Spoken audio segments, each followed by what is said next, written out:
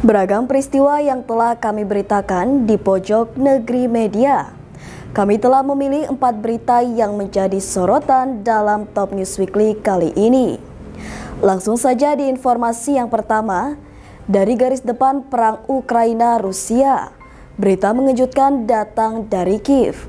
Panglima Angkatan Darat Ukraina, Jenderal Mikhail Drapati, mengundurkan diri.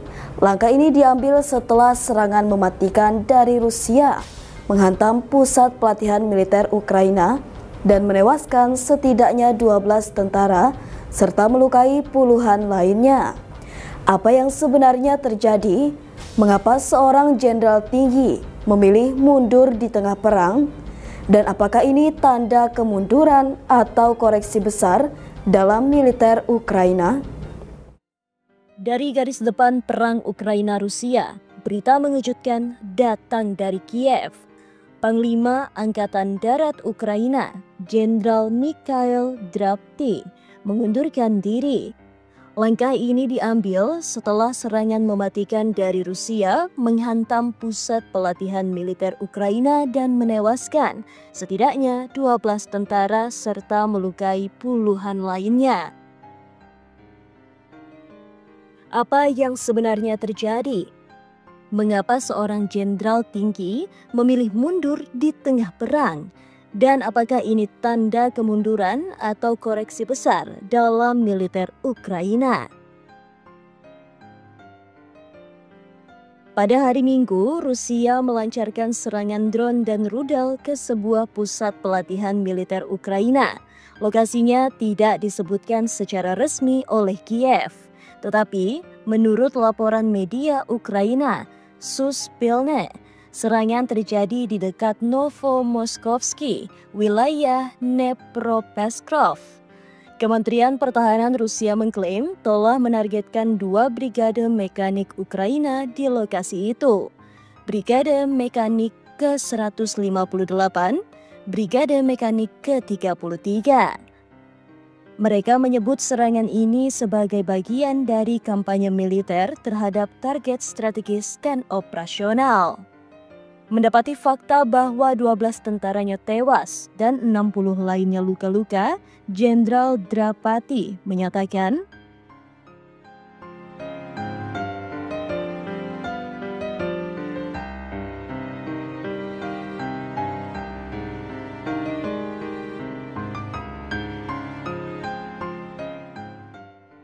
pernyataan ini disambut dengan respek di kalangan publik Ukraina, meskipun juga memicu diskusi besar tentang disiplin militer, keamanan dalam negeri, dan efektivitas komando.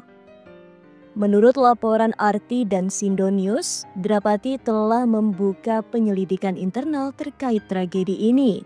Bahkan sebelumnya, pada bulan Maret, Rusia mengklaim telah menewaskan hingga 150 tentara Ukraina dan 30 instruktur asing dalam serangan ke fasilitas yang sama dengan rudal Iskander M. Sejak saat itu, Drapati berulang kali memperingatkan soal kelalaian internal dan prosedur kuno dalam militer Ukraina. Tragedi ini juga menyingkap masalah lama, korupsi di sektor pertahanan Ukraina. Beberapa minggu sebelum serangan, Dinas Keamanan Ukraina atau SBU mengungkap skema korupsi besar. Pejabat militer diduga memasok 120.000 mortir cacat ke garis depan. Ada penggelapan dana untuk logistik dan perbentengan. Prosedur keamanan dianggap asal jalan tanpa adaptasi terhadap kondisi perang. Ini menjadi sorotan utama Drapati sebelum mundur. Ia telah lama menekan reformasi di tubuh militer, tapi banyak kebijakannya terbentur birokrasi dan kepentingan dalam. Pengunduran diri Drapati membawa sejumlah dampak serius. 1. Krisis komando di tubuh Angkatan Darat Ukraina. 2. Keraguan publik atas efektivitas dan kesiapan militer. 3. Peluang reformasi atau sebaliknya, resistensi lebih dalam. 4. Munculnya pertanyaan, apakah ada kegagalan sistematik yang lebih besar? Sementara itu, Rusia terus memanfaatkan kelemahan ini sebagai propaganda bahwa Ukraina tidak mampu mengelola militernya sendiri. Hingga video ini dibuat, belum ada pengganti resmi diumumkan. Namun, rumor menyebutkan beberapa nama dari satuan elit dan mantan penasehat NATO yang kini bekerja untuk Ukraina sedang dipertimbangkan. Pengganti didapati akan memikul beban besar, memulihkan moral pasukan, menjaga kesatuan komando, dan membenahi sistem keamanan pelatihan militer. Pengunduran diri Jenderal Mikhail Drapati bukan sekedar simbolik. Ini adalah titik balik penting dalam perang yang telah berlangsung lebih dari 2 tahun. Ia mundur bukan karena tekanan politik, tapi karena tanggung jawab moral dan profesional. Sikap yang langka dan mungkin bisa jadi awal perubahan besar dalam militer Ukraina. Kabar terbaru dari Eropa Timur kembali memicu kekhawatiran global. Perdana Menteri Hongaria Viktor Orbán memperingatkan bahwa perang Ukraina bisa berlangsung lebih lama dan lebih brutal. Justru karena perpecahan di antara Amerika Serikat dan Uni Eropa. Apa maksud Orbán? Kenapa dia menyebut NATO sudah terpecah? Dan bagaimana dampaknya bagi masa depan Eropa dan dunia? Kabar terbaru dari Eropa Timur kembali memicu kekhawatiran global. Perdana Menteri Hongaria Viktor Orbán memperingatkan bahwa perang Ukraina bisa berlangsung lebih lama dan lebih brutal. Justru karena perpecahan di antara Amerika Serikat dan Uni Eropa. Apa maksud Orbán?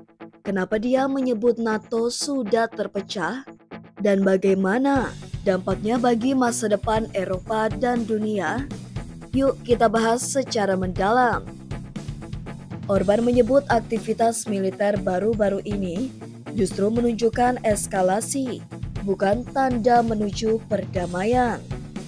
Padahal Rusia dan Ukraina sudah 2 kali menggelar perundingan langsung, yang bahkan menghasilkan pertukaran tahanan dalam jumlah besar. Namun setelah itu, Ukraina meluncurkan serangan drone yang intensif. Rusia menuduh serangan ini bertujuan menghancurkan proses damai dan membalas dengan serangan ke infrastruktur militer Ukraina. Menurut Orbán, perkembangan ini mengindikasikan bahwa perang belum akan berakhir, bahkan bisa makin ganas.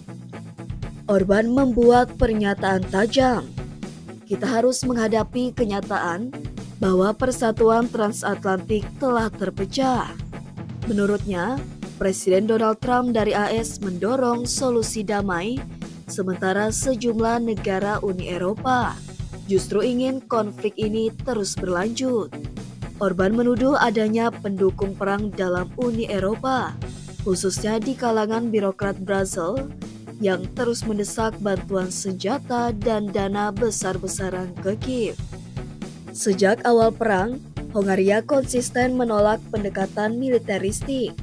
Orbán berulang kali mengkritik Uni Eropa atas kebijakan pro-Kiev dan menolak pengiriman senjata ke Ukraina. Hongaria bahkan memposisikan diri sebagai pendukung upaya damai yang independen dari Brasil maupun Washington.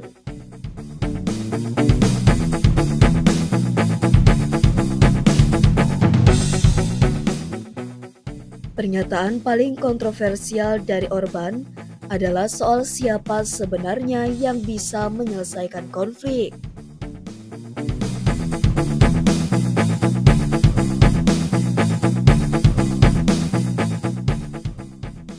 Menurut Orbán, bukan hanya soal perang tapi juga perdagangan, energi, dan investasi. Semuanya harus dinegosiasikan antara dua kekuatan besar ini. Ini mencerminkan pandangan realistis tapi juga sangat strategis. Ukraina hanyalah pion dalam konflik yang lebih besar antara dua raksasa global. Meski sudah ada nota kesepahaman antara Moskow dan Kiev, isi tuntutan mereka masih jauh berbeda. Masing-masing pihak kini meninjau usulan satu sama lain, namun belum ada tanda-tanda kompromi nyata. Di lapangan, pertempuran terus berlangsung dan serangan udara kian masif. 1. Eropa semakin terbelah antara kubu pro-perdamaian dan pro-konflik. 2. NATO terguncang karena ada anggota seperti Hongaria yang menentang kebijakan utama aliansi. 3. Jika konflik makin panjang, maka ekonomi global kembali terancam. Krisis energi bisa muncul lagi di Eropa. Ketegangan AS Rusia makin berbahaya. PM Hongaria Viktor Orban memberi peringatan serius. Perang Ukraina bisa lebih panjang dan lebih brutal. Ia menyoroti perpecahan dalam NATO dan antara AS Uni Eropa sebagai faktor utama. Menurutnya, hanya kesepakatan AS Rusia yang bisa membawa perdamaian sejati.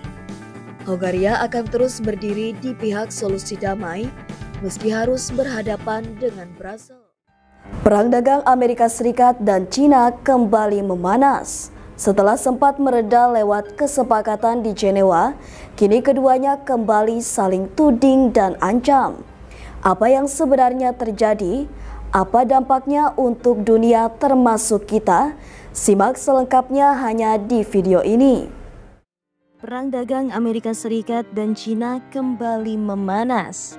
Setelah sempat mereda lewat kesepakatan di Jenewa, kini keduanya kembali saling tuding dan ancam. Apa yang sebenarnya terjadi? Apa dampaknya untuk dunia termasuk kita? Simak selengkapnya hanya di video ini. Pada Mei 2025, dunia disebut terkejut ketika Amerika Serikat dan China berhasil mencapai gencatan senjata dagang dalam pertemuan di Jenewa.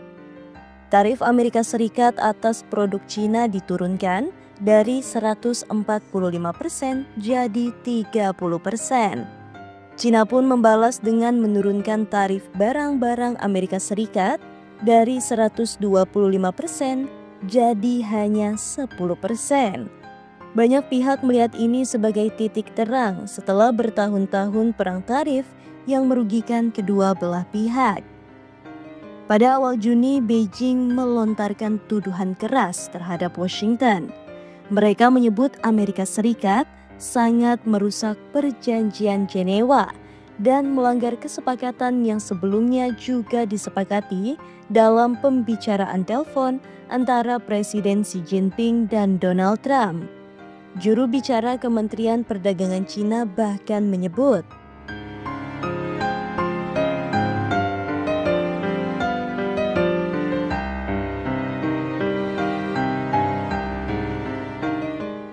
langkah ini muncul hanya beberapa hari setelah Trump menuduh China melanggar perjanjian tanpa memberikan rincian jelas. Tapi kemudian perwakilan dagang Amerika Serikat, Jamieson Greer, memberikan penjelasan. Menurut Amerika Serikat, China gagal memenuhi janji untuk menghapus hambatan non-tarif, seperti pembatasan teknis, kuota tersembunyi, dan proses impor yang rumit. Tak hanya itu, Amerika Serikat juga menghentikan penjualan perangkat lunak desain chip ke perusahaan China, melarang penggunaan chip dari Huawei, dan bahkan mencabut visa mahasiswa asal China. Langkah ini dianggap oleh China sebagai provokasi serius dan pelanggaran terang-terangan terhadap semangat kesepakatan Jenewa.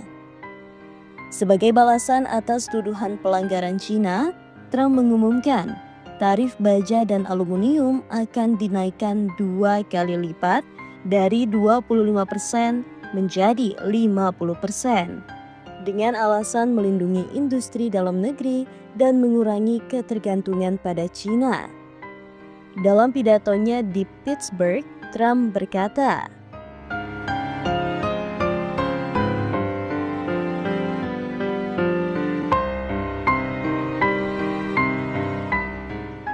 meski hubungan makin panas, masih ada celah diplomasi yang terbuka. Menteri Keuangan Amerika Serikat, Bessent, menyebut negosiasi bisa berlanjut setelah Trump dan Xi berbicara kembali walaupun waktunya belum pasti. Sementara itu, Direktur Dewan Ekonomi Nasional Kevin Hassett mengatakan,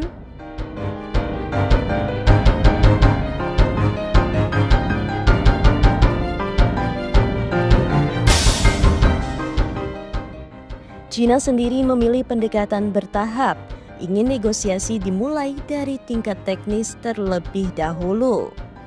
Perang dagang antara dua ekonomi terbesar dunia ini punya dampak global. Pasar finansial bergerak liar. Wall Street sempat menghijau, tapi ketegangan bisa membuat pasar kembali terguncang.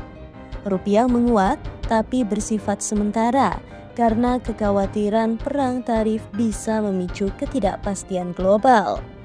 Dunia juga khawatir soal rantai pasokan, terutama untuk komponen teknologi tinggi, industri otomotif, dan bahan baku industri. Kesepakatan Jenewa yang sebelumnya dipuji sebagai langkah damai, kini terlihat rapuh dan tidak tahan uji. Dengan saling tuduh, aksi sepihak, dan pembalasan ekonomi, perang dagang Amerika Serikat-China kembali mengancam kestabilan global. Akankah diplomasi menyelamatkan keadaan, atau justru dunia harus bersiap menghadapi babak baru konfrontasi dagang? Dunia diplomasi kembali memanas. Duta Besar Amerika Serikat untuk Israel, Mike Huckabee, melontarkan sindiran keras terhadap Prancis yang berencana mengakui negara Palestina. Bahkan Huckabee secara belak-belakan menyarankan agar Palestina saja didirikan di French Riviera, wilayah elit di selatan Prancis. Pernyataan ini sontak jadi kontroversi besar menjelang konferensi internasional yang digagas oleh Prancis dan Arab Saudi di PBB. Apa sebenarnya yang terjadi? Mengapa isu Palestina kembali membelah dunia internasional? Dunia diplomasi kembali memanas. Duta Besar Amerika Serikat untuk Israel, Mike Huckabee, melontarkan sindiran keras terhadap Perancis yang berencana mengakui negara Palestina. Bahkan, Huckabee secara belak-belakan menyarankan agar Palestina saja didirikan di French Riviera, wilayah elit di selatan Perancis. Pernyataan ini sontak jadi kontroversi besar menjelang konferensi internasional yang digagas oleh Perancis dan Arab Saudi di PBB. Apa sebenarnya yang terjadi? Mengapa isu Palestina kembali membelah dunia internasional? Perancis dan Arab Saudi menggagas konferensi internasional di PBB untuk membahas cara menghidupkan kembali solusi dua negara, konsep pembentukan negara Palestina yang hidup berdampingan dengan Israel. Namun pemerintah Israel saat ini di bawah Perdana Menteri Benjamin Netanyahu menantang keras solusi ini, terutama di tengah situasi perang yang masih berlangsung di Gaza.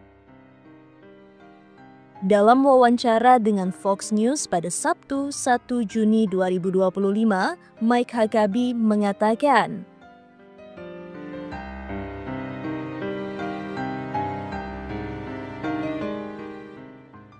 ia menyebut bahwa inisiatif Perancis di PBB sangat tidak pada tempatnya, karena menurutnya Israel sedang berjuang menghadapi ancaman keamanan dan tekanan diplomatik seperti ini hanya akan memperburuk keadaan. Sindiran ini tentu bukan sembarang pernyataan. Huckabee adalah representasi resmi Amerika Serikat di Israel dan komentarnya mencerminkan sikap keras Washington terhadap upaya internasional yang menekan Israel. Prancis sendiri menyatakan terbuka untuk mengakui negara Palestina tahun ini jika upaya diplomatik terus buntu. Presiden Emmanuel Macron bahkan mendesak negara-negara Eropa lain agar lebih tegas terhadap Israel jika situasi kemanusiaan di Gaza tidak membaik. Sikap ini langsung ditanggapi dengan marah oleh Israel yang menuduh Macron sedang melakukan perang salib terhadap negara Yahudi, sebuah tuduhan yang sangat sensitif secara historis dan politik. Pernyataan Huckabee mempertegas bahwa Amerika Serikat tetap mendukung Israel sepenuhnya, setidaknya di level eksekutif. Meskipun ada tekanan domestik di Amerika Serikat untuk lebih berimbang terhadap Palestina, Washington hingga kini belum mendukung pengakuan negara Palestina secara resmi. Sebaliknya, mereka terus menekankan perlu adanya negosiasi langsung antara kedua belah pihak, sebuah proses yang nyaris mati sejak bertahun-tahun lalu. French Riviera adalah wilayah mewah di selatan Perancis, dikenal dengan pantai-pantai cantik dan kota seperti Nice, Cannes, dan Monaco. Sindiran Huckabee itu jelas bukan usulan serius, melainkan cara sinis untuk mengatakan bahwa Perancis tidak punya hak memaksakan solusi terhadap Israel. Tapi pernyataan semacam ini bisa memicu kemarahan diplomatik dari Perancis, menyulut ketegangan lebih lanjut antara Amerika Serikat dan negara-negara Eropa, menurunkan kredibilitas Amerika Serikat dalam peran sebagai mediator konflik Israel-Palestina. Sampai saat ini, Israel menyambut baik pernyataan Huckabee. Perancis belum mengeluarkan tanggapan resmi. Negara-negara Arab, terutama Arab Saudi, justru terus mendorong PBB agar mengakui Palestina. Banyak pengamat menilai bahwa wacana pengakuan Palestina bisa jadi tren baru di Eropa, menyusul langkah negara-negara seperti Spanyol, Irlandia, dan Norwegia. Jika Prancis benar-benar mengakui negara Palestina, 1. Hubungan diplomatik Prancis-Israel bisa memburuk drastis. 2. Amerika Serikat bisa semakin terisolasi secara moral jika terus menentang arus global. 3. PBB mungkin menghadapi deadlock baru dengan veto Amerika Serikat dan protes dari blok Barat dan Timur. 4. Konflik Gaza bisa makin rumit karena isu politik dan legal bercampur dengan krisis kemanusiaan. Pernyataan Mike Huckabee mungkin terlihat sekedar sindiran tajam, tapi menyimpan makna diplomatik yang dalam. Prancis dan Amerika Serikat kini berada di jalur berseberangan dalam isu Palestina, dan dunia kembali menyaksikan bagaimana konflik Israel-Palestina terus menjadi panggung pertarungan geopolitik besar. Itu tadi 4 berita yang sudah kita rangkum minggu ini.